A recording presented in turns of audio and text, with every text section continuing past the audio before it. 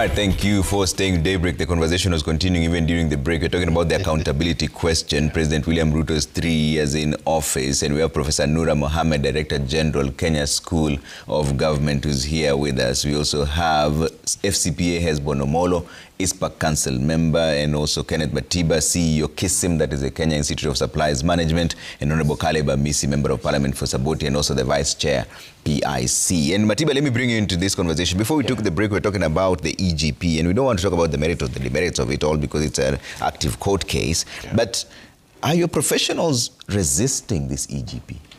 Thank you very much, Trevor. I think the EGP conversation is a matter before court, so I would not want to talk to the granular tenets around it. But what I would want to comment is the best practice. You know, we are talking about EGP today as if it is a new thing. But this was tested 20 years ago. It was first started by a company called IBM in the stock replenishment programs, and they realized immense cost savings. If you look globally, countries have tested it and it is working, saving close to 15–20% of their expenditure budgets. You have the Koreans who have the CONEPs. We also have Ghana here in Africa, which has the GANEPs. We have Rwanda that has operationalized it. India has done it. And countries in Europe, including Germany, operationalized EGP out of an EU directive, just like we're doing it here in Kenya through a presidential directive. And if you look at the law, Public Procurement Asset Disposal Act, under sections 7C and 7F, it empowers the National Treasury to create an electronic procurement system that is supposed to be used by ministries, including county governments. So the legal aspects around it will be discussed, and I'm sure the competent institutions will be able to run with it. But I want to agree with FCPA Hesbon on the issues around, the preparatory issues around it, so that it can be rolled out efficiently and effectively. On our side, as the National Professional Body for Supply Chain Management, we have been able to train a total of 2,000 procurement professionals. We have also been able to roll out a robust TOT program so that then we can be able to have targeted support. And working with our parent ministry, the National Treasury and the Public Procurement Regulatory Authority, we have created a technical support center at KISIM Towers as we await further directions. But as it is now, the professionals are not resisting the EGP system. Let me surprise you, Trevor. 2 years ago, it was the resolution of the heads of procurement in Kenya in a convention organized by KISIM that they wanted EGP rolled out. Last year, they did the same. This year, early in the year, they did the same. And if you look at their participation in our capacity building programs, they're really embracing EGP. The challenge is what we were just discussing here, the exogenous factors, and how we see latitude that EGP as a tool of accountability can be able to support promotion of not just issues of transparency and accountability. I think what is also important is visibility and tractability of public procurement processes. Okay. Procurement officers in government and outside government have realized that the EGP system, when it is fully rolled out, will be able to help them, because most of the time, you are talking with Mheshimiwa Caleb here about the role of Parliament.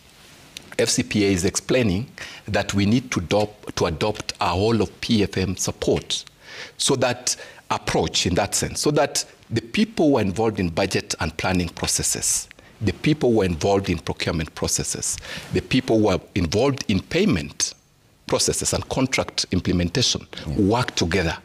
But if we engage in blame game on who is responsible and who is not responsible, we are not helping the country.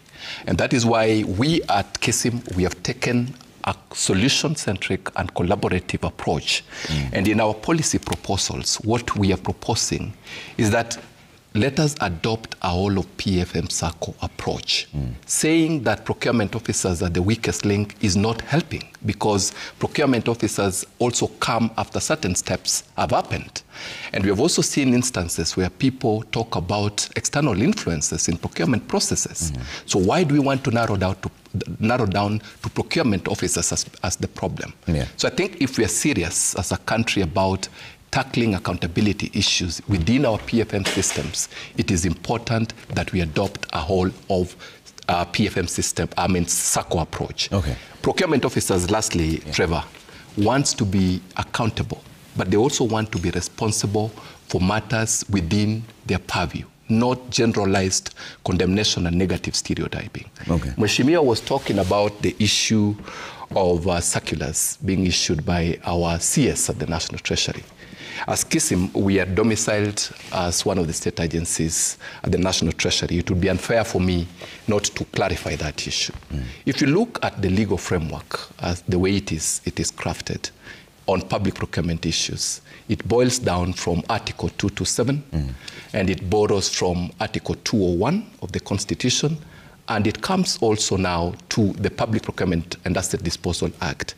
Now, for you to enforce the constitutional requirements and the legal requirements, sometimes they can be done through regulations, sometimes they can be done through directives, sometimes they can be done through circulars. And that's how the government works. So what is important is whether those avenues are pegged on law. And from where we sit as professionals, we think it is important for public officers to respect government guidance through circulars and directives, because that is how the government communicates. So the legality issues, Trevor, is a separate issue, but that is the guidance that we want to give to procurement officers. Let me bring in Prof on this. Prof, you mentioned earlier on a culture change. And you know, Kenya School of Government is largely the arm of government that does training. So what more should be done to entrench these values? Because we've seen these trainings over and over again, and you've talked about the culture change. What more should be done? Thank you so much, Trevor. But let me first also extend to the aspect of the capacity building regarding all of this EGP and other, the transformation progress in the public service. Trevor, it's not only, supply chain or accountant or finance people who are part of this process, but the other, stakeholders, including the CEOs of state corporation and CEOs of other agencies, including PSS and CSS, as well as also the chairpersons of state corporation.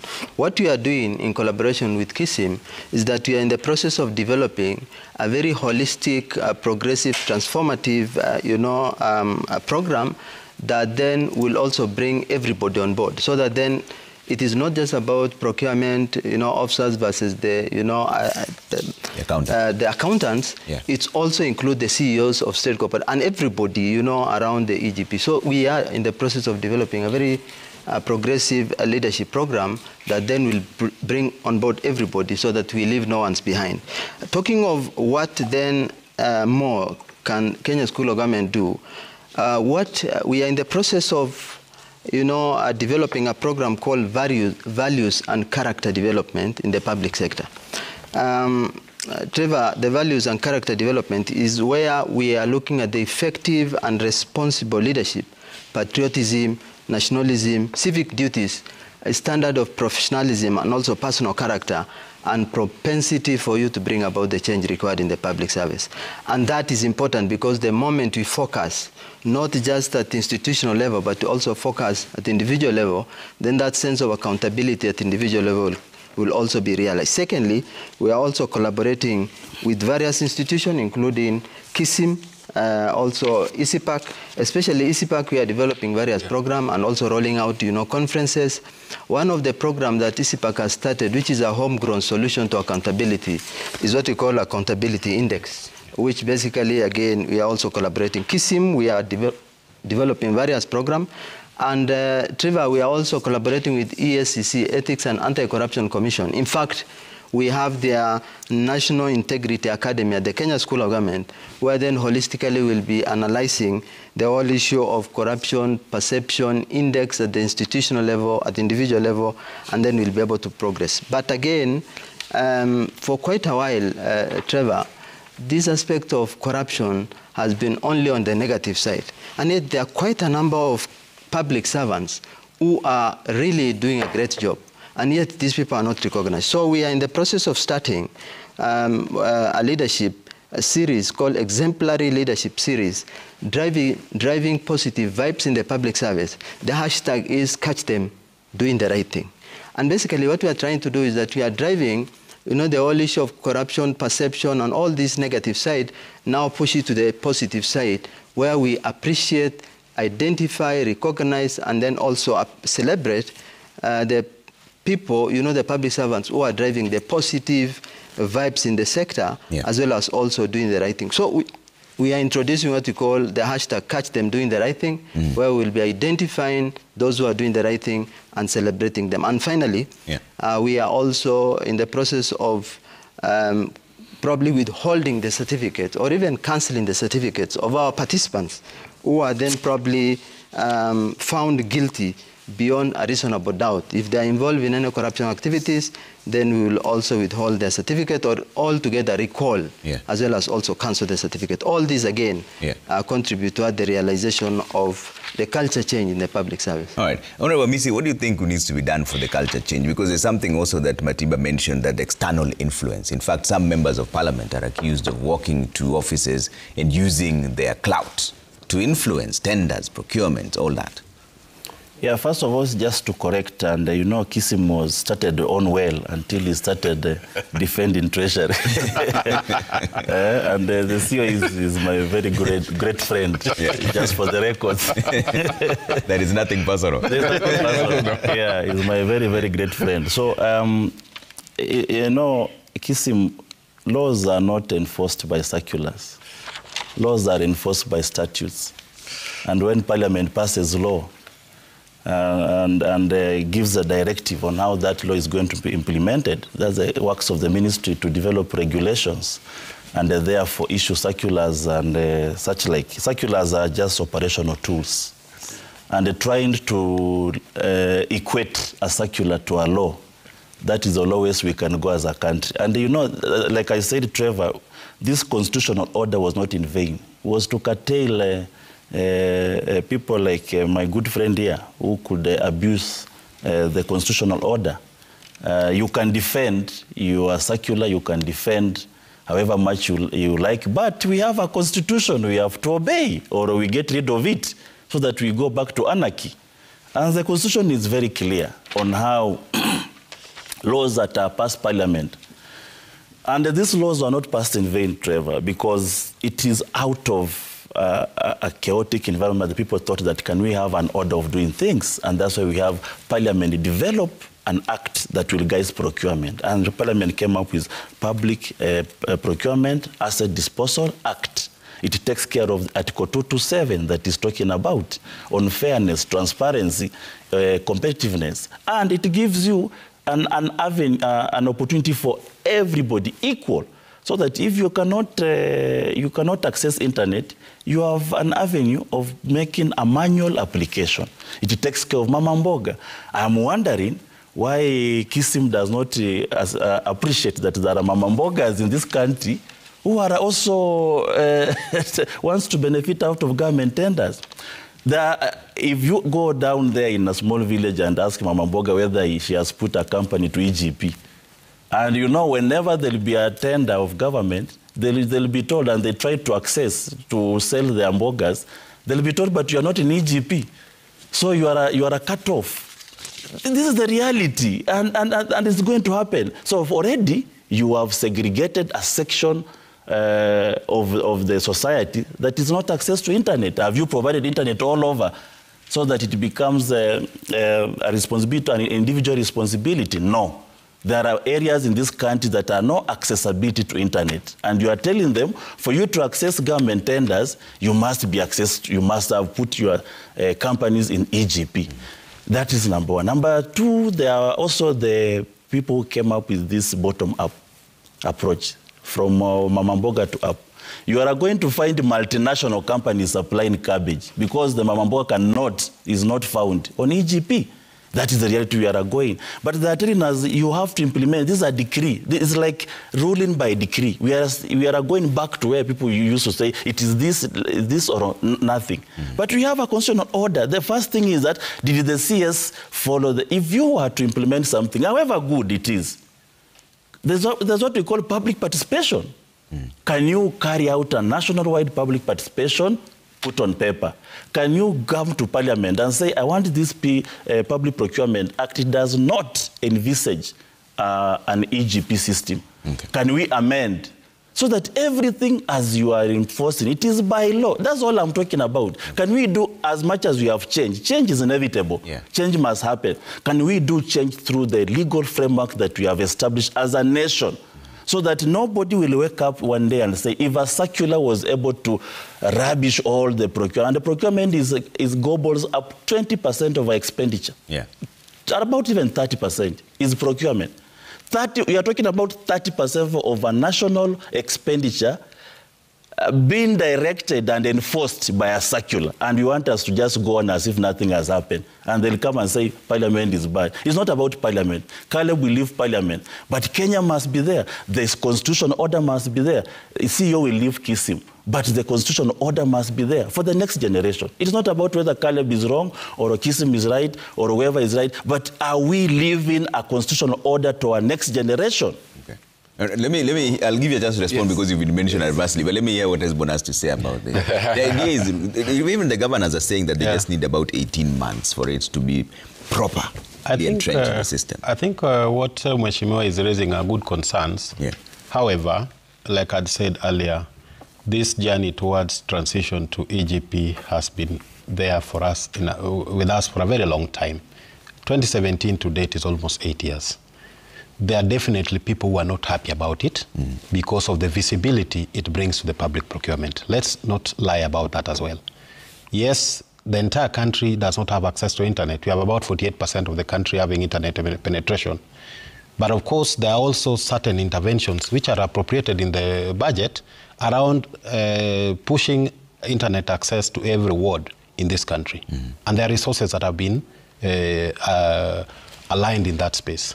My expectation also going forward, as we work about the budget policy statement going forward, because that's where you do your sectoral ceilings, and those sectoral ceilings must speak to our expenditure priorities, then that can be addressed within that space. But I still agree with Mheshimiwa, yes, you can plan very good things, but you need to walk the journey with the people you are working with, and therefore my biggest pain point would have been that Treasury should have done a little bit more in terms of preparing the various county governments in terms of being ready for the rollout. Okay. But that said, this is a good thing. Where is the problem? I know there are certain institutions that have unique procurement challenges or procurement processes that may require a bit of thought process. But those can also be dealt with. So I think we can align with the law, yes, but let us not kill this baby. So for me, even a staggered approach would still work so that at the end of the day, for me, it is saving that 300 billion, which is very crucial in terms of our wastage of public expenditure, but also visibility, so that if I buy a pen for the country today, somebody in Kisumu should know that in that entity, so-and-so was given this tender to buy, and were the processes followed. For me, that is a very big game changer. But beyond that, I would also want to speak to certain things that are very important. The PFM Act has certain loopholes that we need to deal with. We'll come to that in just a And I hope we can be able to have a conversation around that. But before I get there, we have a very good tool which Professor mentioned here, which we've developed as ISPA called Accountability Index. And it's about kuwajibika.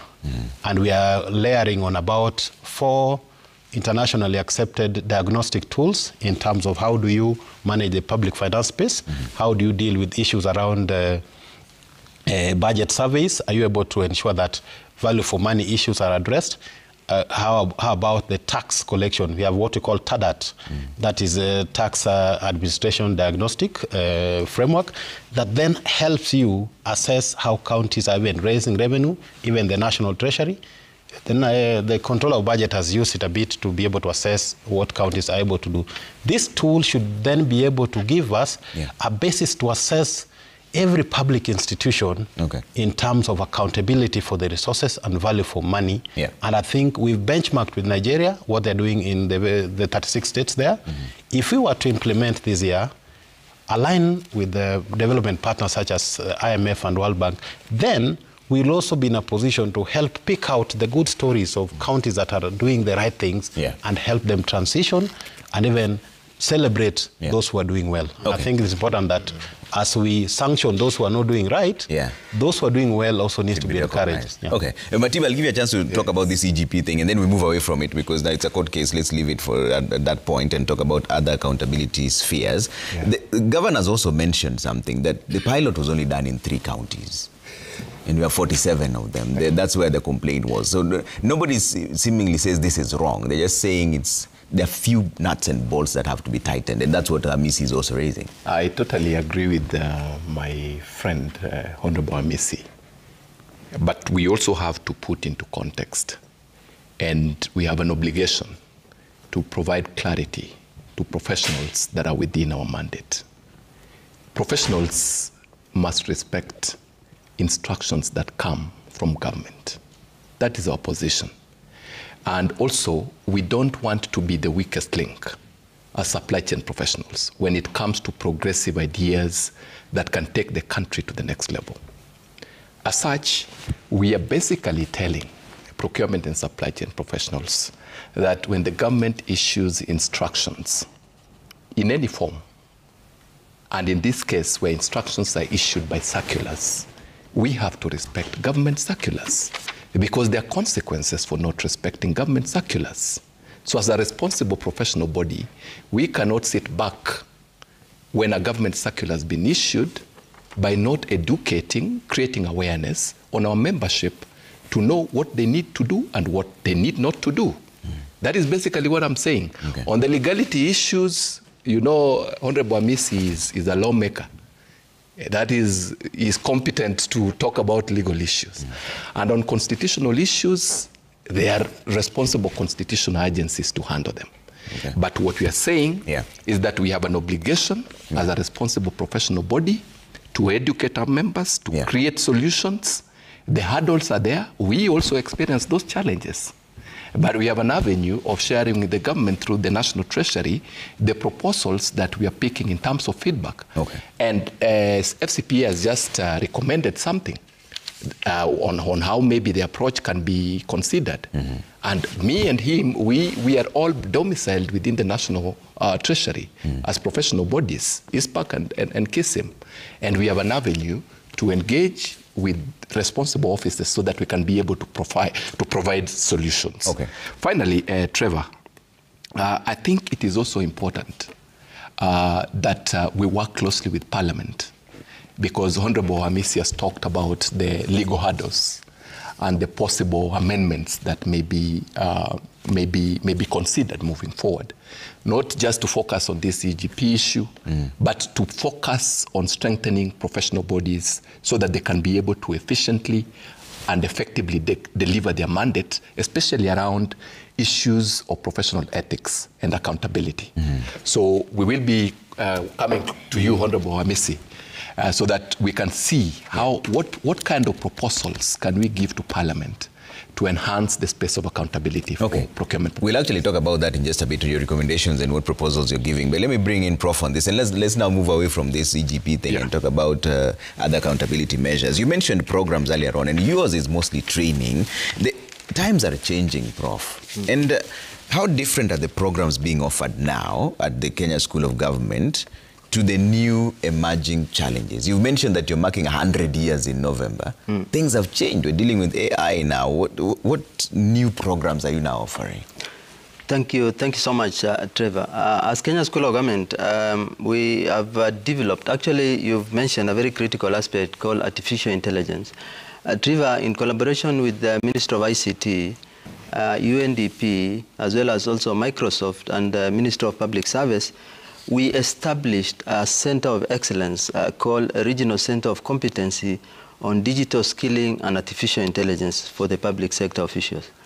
The reason, Trevor, we established that is the world is changing, and we are talking of all aspects of artificial intelligence the whole aspect of digitalization, digital innovation, an aspect of, again, data analytics, all this, for us to make then a very informed decision. And that Center of Excellence, as we've started rolling out a program which is very specific to some cadres.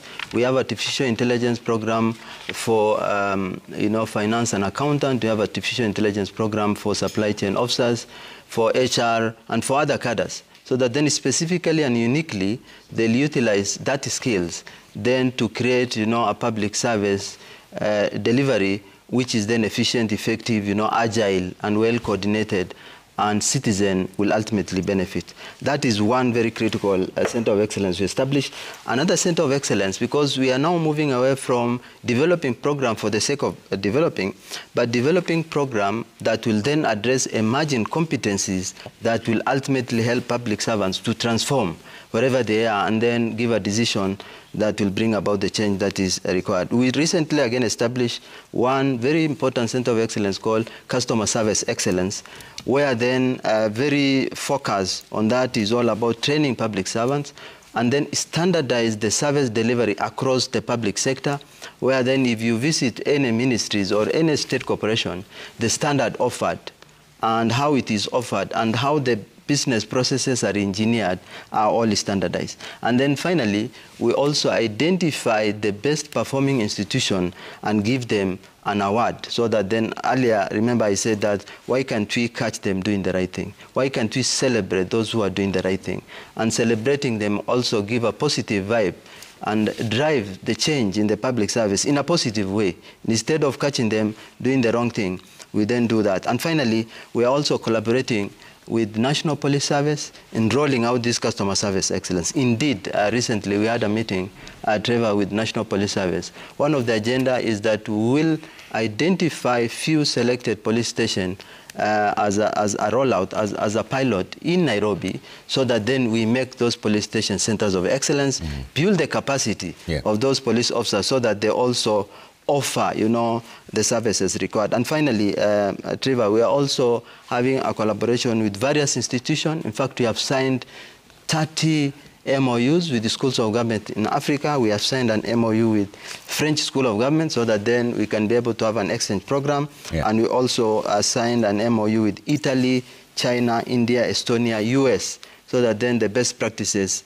are then we have a transfer of good practices across. And finally, we're also developing a case study of some of selected few, counties such as the Muranga County, Kisumu County, Makueni County, for the good practices within the county so that we can be able to share with other counties. Let me bring in Amisi on this, and a direct question, Amisi. Now we're talking about the larger accountability question. Why has it been so difficult to implement the Auditor General's reports that we see emanating in Parliament every other day? Yeah, several reasons. One, of course, Parliament is the destination of all audit reports from public institutions, and specifically audit committees. We handle it at that level. Number one, we come back to legislation as well. Parliament, as it was composed with audit committees. In fact, right now, we have several audit committees, departmental committees that deals with within the purview of relevant parastatals. Initially, or in even other jurisdictions, we have only one. I think in the US, there is only Public Accounts Committee. Here we have Public Accounts Committee that deals with the ministries, and we have now Public Investments Committee that deals with the parastatals. If you look at the way the law says that audit is done from the end of the financial year, 3 months after the financial year. So that means from October, September, December. And you have 3 months upon which the audit report needs to be taken to Parliament, debated, and passed. Now, if you look at, for example, parastatals at almost 200, how will Parliament look at 200 audited accounts of 200 parastatals within 3 months? And remember, Parliament goes on recess from December to about February.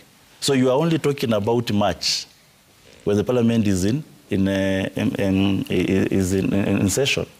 So you are supposed to look at audit reports of these 200 parastatals within 1 month. So first of all, there is a lacuna in the law to start with. So by the time you are now hurrying up to do all these reports, it is a hurry.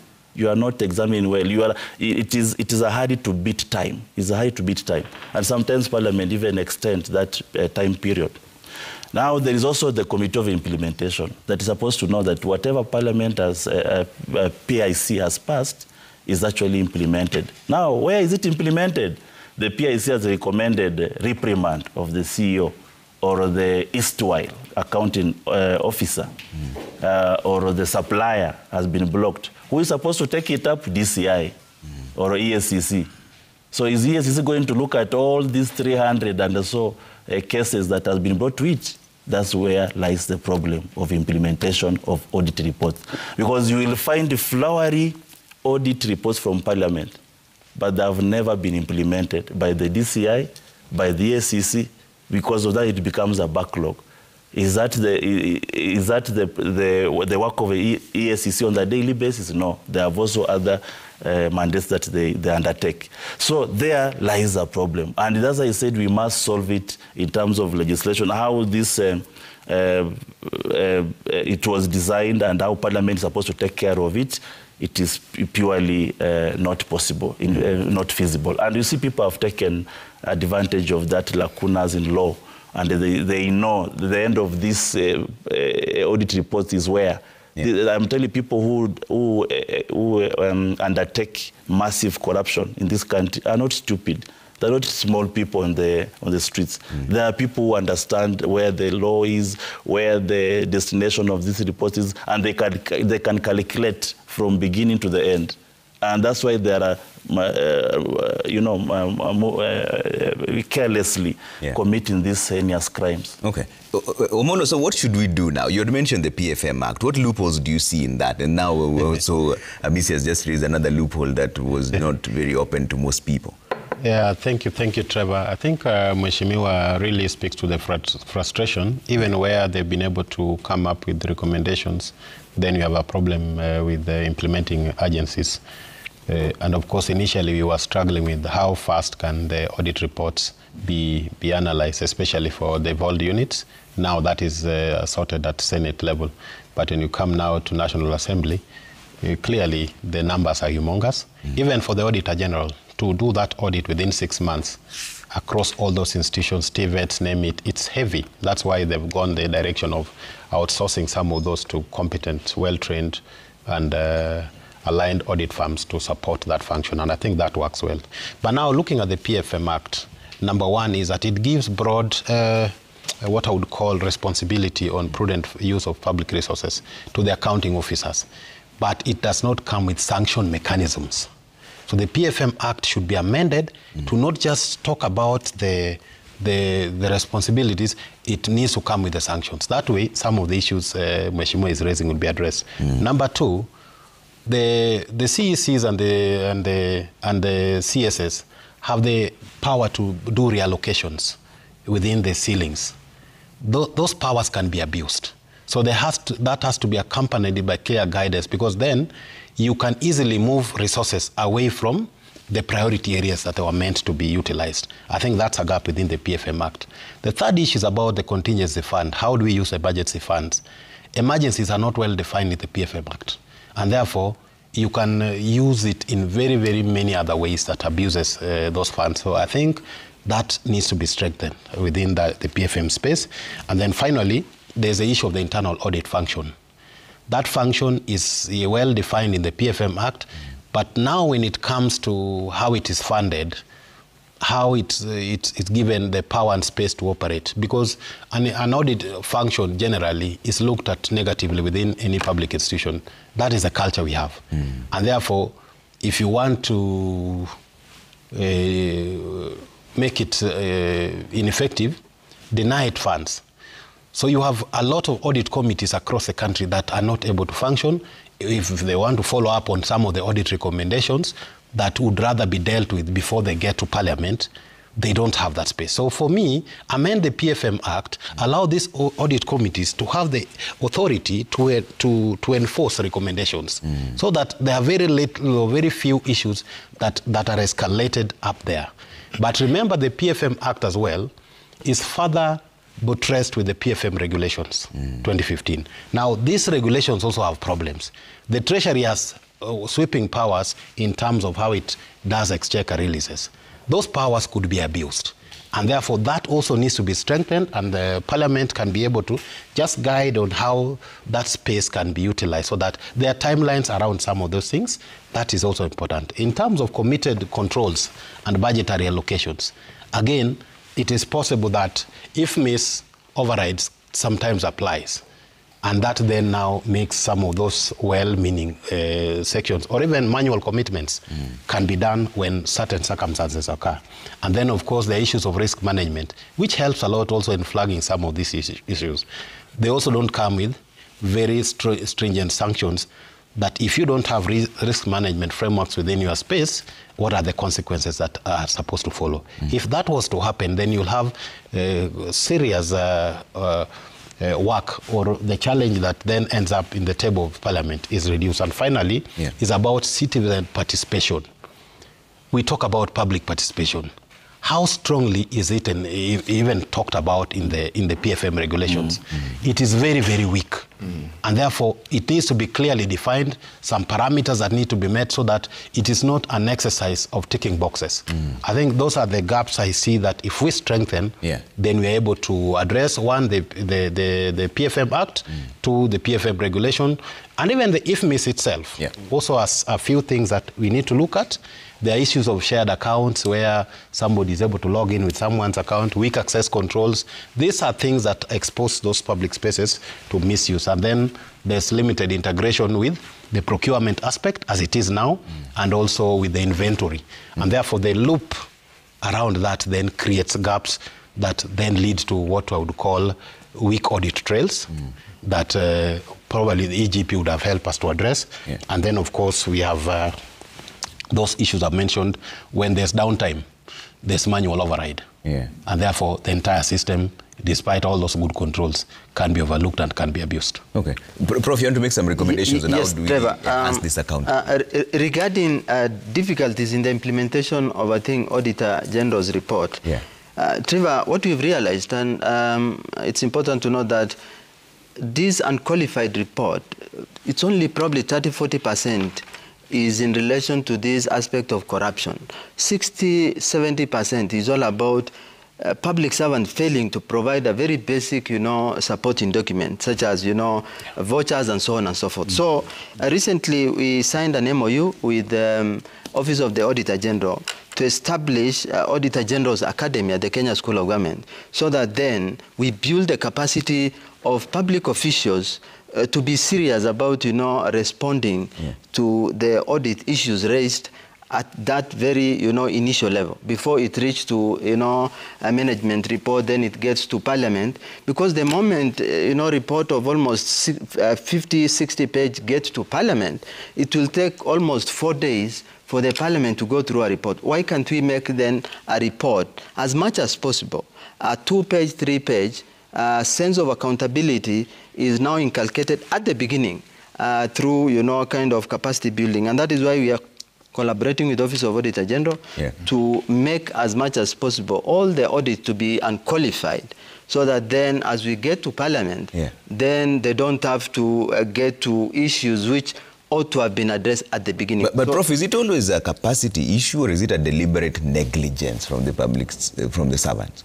Part of it could be negligence, and that is also an aspect of a leadership accountability. Because if me as a Director General take that aspect of responsibility and make sure that all issues are addressed and my audit is clean, then there's no way that the issues can be escalated to Parliament. And so that is why we are building the capacity of also the accounting officers, for them to also be responsive in responding to the audit issues at the beginning. They must be present when the meeting is called for at the beginning, and they must be also present when the exit meeting is called, for them to know what issues has been raised by the auditors, how these issues must be addressed and responded to. And that is why this aspect of collaboration with Office of Auditor General may then minimize and reduce the whole aspect of unqualified report in the public sector maybe in just, the long run. Maybe just to add context, Trevor, briefly.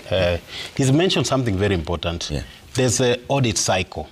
It speaks to how the audit begins, from the meeting, entry meeting, all the way to the field work. There is an exit meeting. There is the issues that have been raised. If the audit cycle is observed by all the parties, questions that arise out of them are very few. But here is the statistics as we debate this matter, Trevor. I've skimmed through the entire public sector audit reports. For state departments, close to 60% of those reports are clean. For parastatals or state-owned entities, the percentage is even higher, it's about 70%. But for county governments, you are hardly getting to 3%, even over the last 10 years. So clearly, in terms of capacity gaps, you will find the counties have even worse problems. Worse off. Okay. But I think if the approach Prof suggests is adopted, we'll have very few issues then ending up in the table. Okay, Matiba, what do you see as the loopholes and what do you recommend as a professional body? Yeah, so thank you very much. You know, there is what we call the traditional scare. Where whenever PFM officers realize auditors are coming, they would run away. But I think that has changed over time. Collaboration and cooperation with accountability institutions is very key. We are happy to report that at KISM, we got an unmodified clean audit opinion during the year 2024. And if I may share our experiences, it is because of how we collaborated and availed the information that was requested for by the auditors in good time. The officers from the Office of the Auditor General are very professional in their work. And the Auditor General is also very timely in sharing feedback within the structures that are there. So what I see is being evasive or resistance is only temporary when benefits are clear. So if you look at the benefits of implementing audit recommendations in terms of enhancing internal controls and safeguarding public resources, it outweighs any fear that a professional may have in the process. So what we would recommend is a collaborative approach and timely provision of information. We are also working very closely with the Office of the Auditor General. They are participating in our capacity development programs. We are reaching out to them, just like the Kenya School of Government, to enter into a memorandum of cooperation so that when it comes to issues of registration and licensing, they can be able to support us.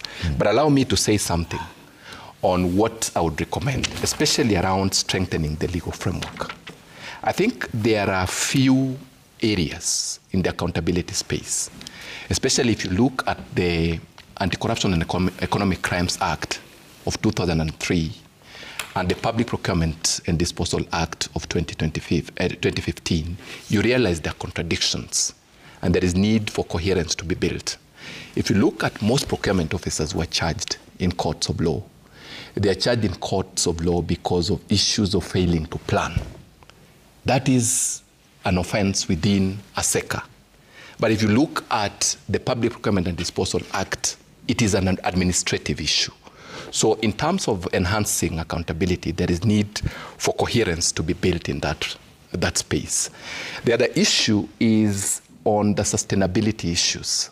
The global community today is talking about sustainability. Yesterday, we were attending the sustainability conference.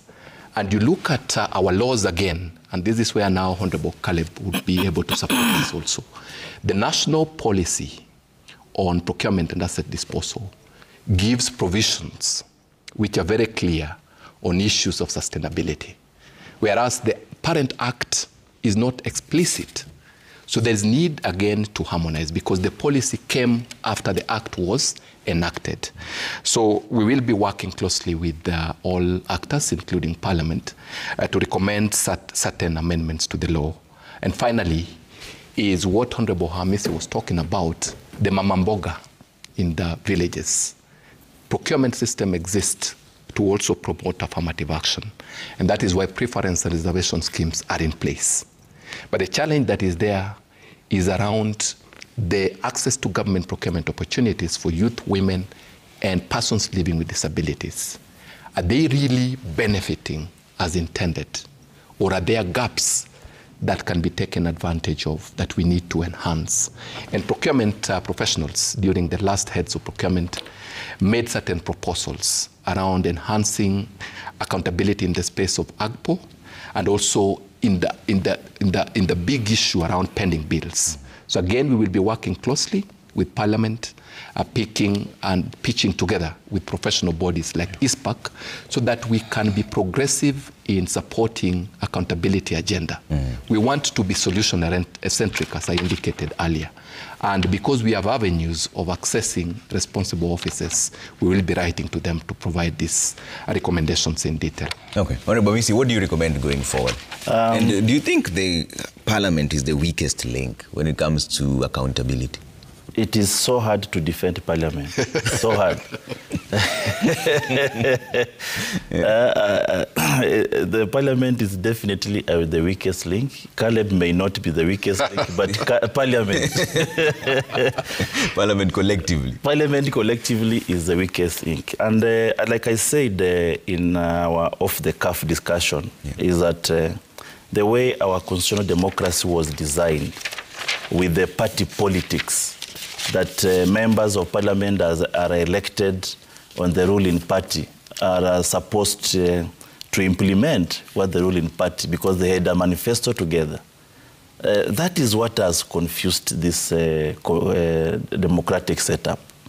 Why? Because a member of, for example, UDA will find something not in order, something against the citizens, or something that goes against even his own conscience, but because the president has said, he'll have to toe the line. That is why Parliament becomes the weakest link. And that's why I said, either the constitutional democracy we were not mature for it, because even the US, the president can easily lobby his members of his party. Say the Republican president, Donald Trump, can lobby, not enforce, not call them at White House to tell them this is how you want to implement. So when the president calls members of Parliament at State House to tell them and guide them on how they are going to vote, then that's where Parliament becomes a weakest link. And it may not even be President Ruto. Even another president comes, he will have to order his members to vote the way the president is the head of the executive. He's not supposed to order Parliament. He's supposed to lobby. The word is lobby. Now, there is this Article 223, and I'm shocked that the three gentlemen have not spoken about it. Article 223 is another weakest link. This is the article that gives the executive powers to spend money that was not appropriated by Parliament, pending approval by Parliament. So they spend in advance. Exactly, in advance. So what executive does, and if you look at all the ministries, and I look at audit reports, if you look at all the ministries, you will hear they have spent 3 billion under Article 223. What was an emergency? We were building an hospital. Was a project in an emergency? Is that what the law envisaged, that building a hospital is an emergency? No. They are just looking for loopholes to spend money without approval of Parliament. And when we say, can Parliament amend this article, you'll say the executive do not want, because that's how they spend money. That's how they spend money out of parliamentary approval. And the members of Parliament belonging to the ruling party, they will not, they'll have to go by the president. That's why I say, whatever, how parliamentary democracy and the presidential system of governance that we enjoy, it is and how even members of Parliament are chosen. Like a person like me, I belong to ODM. I walk to my party leader and I tell them this is wrong. I have no fear, with the respect, of course. I tell them this is wrong.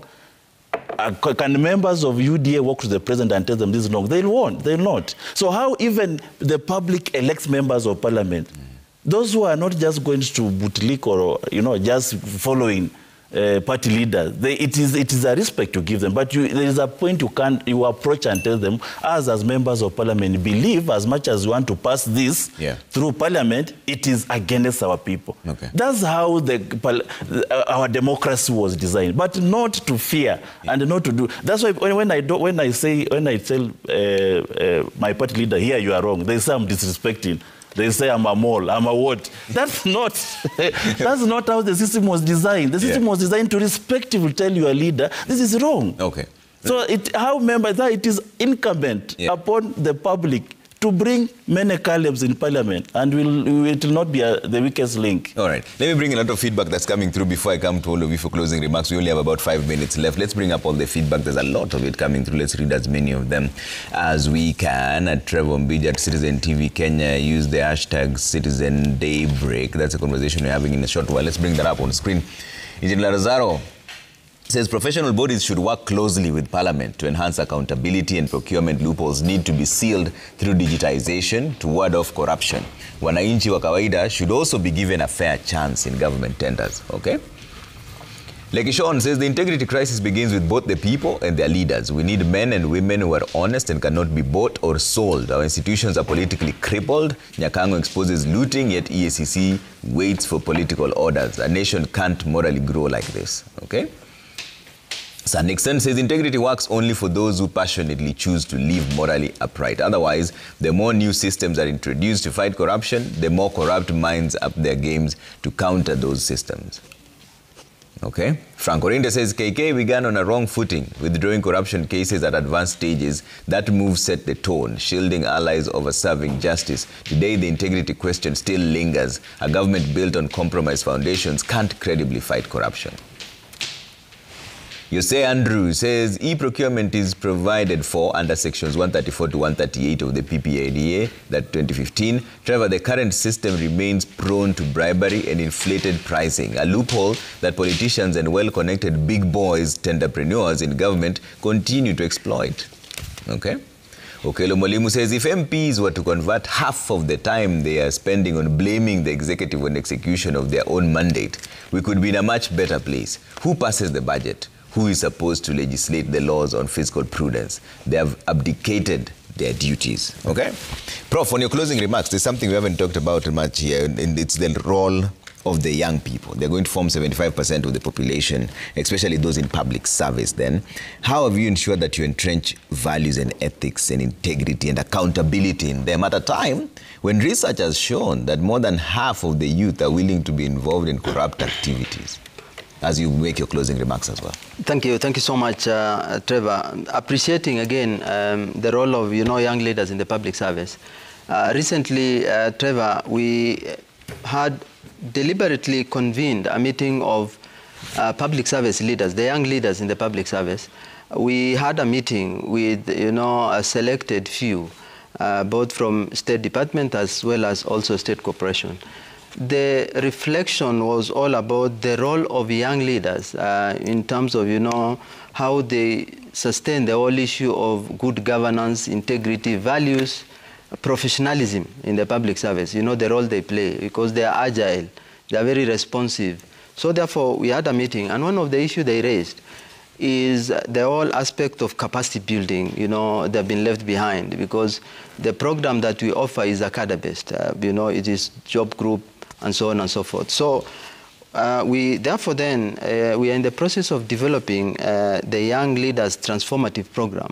And one critical aspect there is the role of young leaders in inculcating, values, integrity, professionalism, and all that aspect. So we have developed this program. And number two, we are also having what we refer to as intergenerational dialogue, Trevor.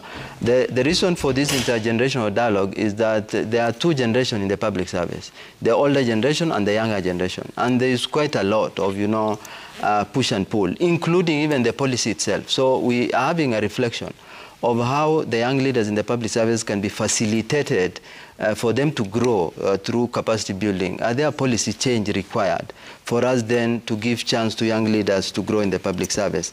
And then we are also starting a series of program called Mentorship, Coaching, and Leadership Program for young leaders, and as part of what we call it, growing our young leaders. Indeed, Trevor, we are also starting what we call adopting a school. Like in our neighborhood, we have a school called Kabete Primary School. We want to adopt that school so that then we recognize the students who have displayed the whole aspect of honesty, discipline. We celebrate them, we recognize them. And that is an aspect we are looking at. Also, we are starting what we call a FLY program. FLY is the First Lady Young Women Leadership Program, which will also empower. Closing remarks, let me say this, that Kenya School of Government will endeavor to continue developing a program which will be, progressive, transformative, and building the future-ready public service, because we are also setting up a department referred to as a strategic foresight and the public service of the future, where then we are projecting the competencies required in the year 2040, and then we develop those competencies today, including emotional intelligence, the whole aspect of leadership governance, and so many others. So therefore then, I just want to say that as much as, accountability is a collective responsibility, so is also individual responsibility. Let us believe in ourselves, let us bring about the change required at our level so that our country can change. Thank you. Omolo, closing remarks. Yeah, thank you. As I close, allow me to address the issue raised by Honorable Caleb Amisi. I think Article 223 is important, that it serves a purpose for which it was meant. Not more than 10% of the budget ceiling should be spent within that space. It must go before Parliament within 2 months. But I think more importantly, Mheshimiwa and his team can look at Section 44 of the PFM Act, then define what is it that can be used in terms of the funds within that space. So even without going to the Constitution, the PFM Act can be amended, specifically that section.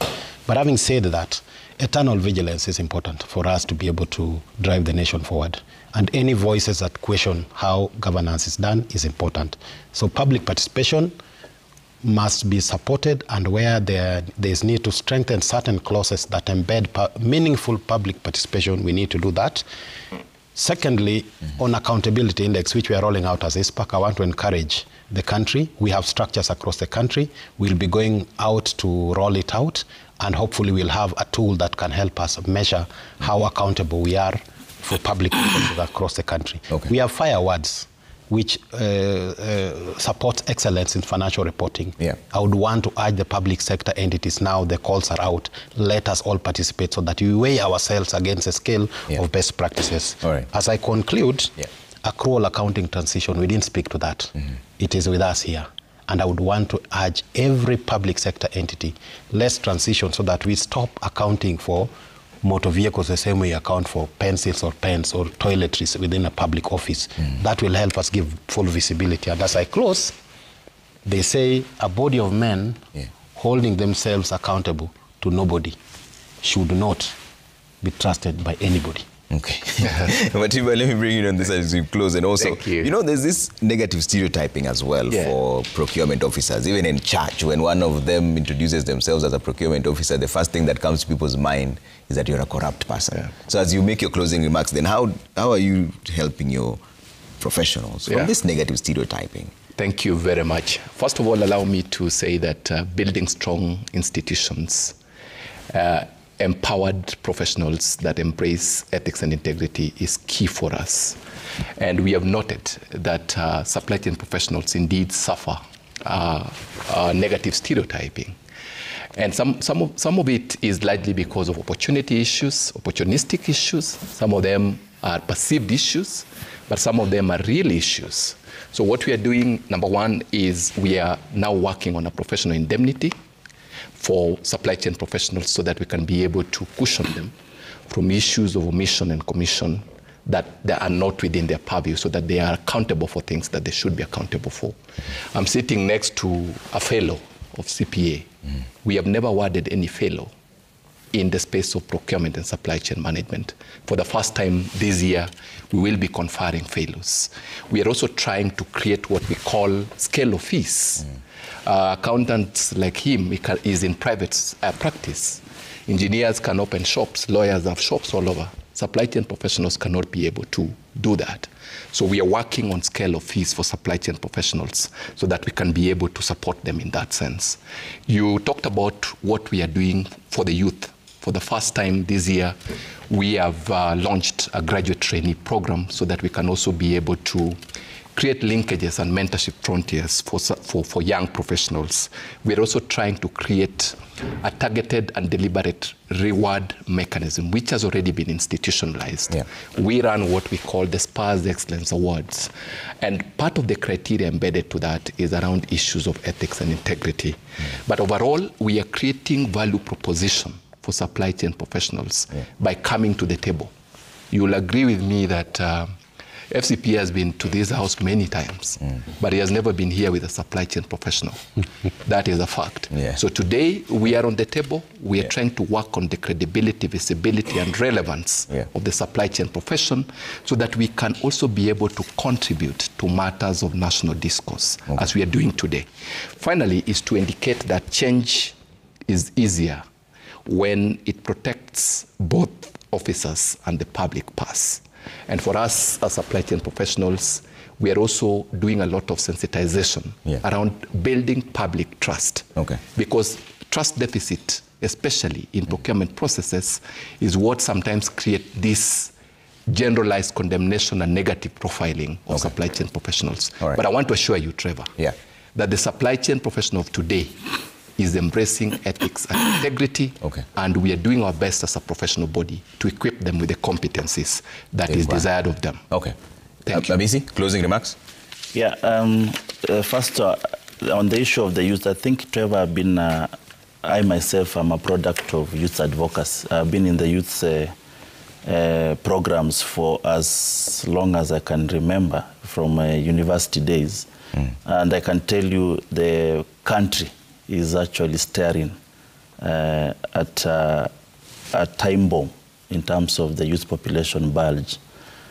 We tried to address it cosmetically. We tried to brush it off. We tried to come up with programs. But the problem is that this is growing. And you will see the reason why this youth came up on the streets on 25th. They were tired. They hear corruption every day. They hear the humongous amount of money that has been stolen. And there is an old order, the status quo that has been established that is not going away. And if these young people finish campus and they are entrenched in the public service, they are taught the bad manners of corruption. So this is being transmitted, the old order system of doing things being transmitted to the young generation. Trevor, when you have heard me talk about renaissance, the people are wondering, this big word, what does it mean? Every country has had to rebirth itself. It means basically renewal. And Europe, after the aftermath of World War I, World War II, it went through a renewal, a total change in the culture, artistic, traditional way to the modern time, and it has never looked back, and that's where it is. All countries.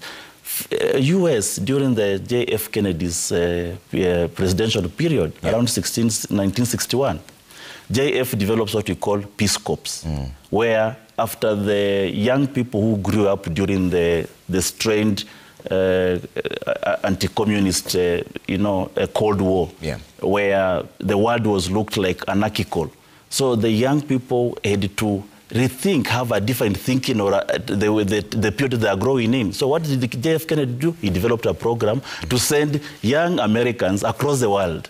And that's why we have nationalism being entrenched in the U.S. You find a U.S. having a flag in his home because of what J.F. Kennedy developed. That's why I say the country needs a renaissance on the matters of the young people. And even as we are told by Israel, that the youth of a nation are the trustees of prosperity. And the nation can never progress without the energy, the charisma, the enthusiasm, and the innovation of the young people. All right. Thank you so much for making time. Kenneth Matiba, CEO, KISM, it is the Kenya Institute of Supplies Management. Professor Nura Mohammed, Director General, Kenya School of Government. FCPA's Bonomolo, ISPA Council Member, and Honorable Kaliba Bisi, Member of Parliament of Saboti, and Vice Chair, PIC. Thank you all for speaking to us this morning on the accountability question. And thank you all for the feedback that you sent through as we have this discussion. We're taking a quick break now. Coming up next is Cooking Tips. Bye for now.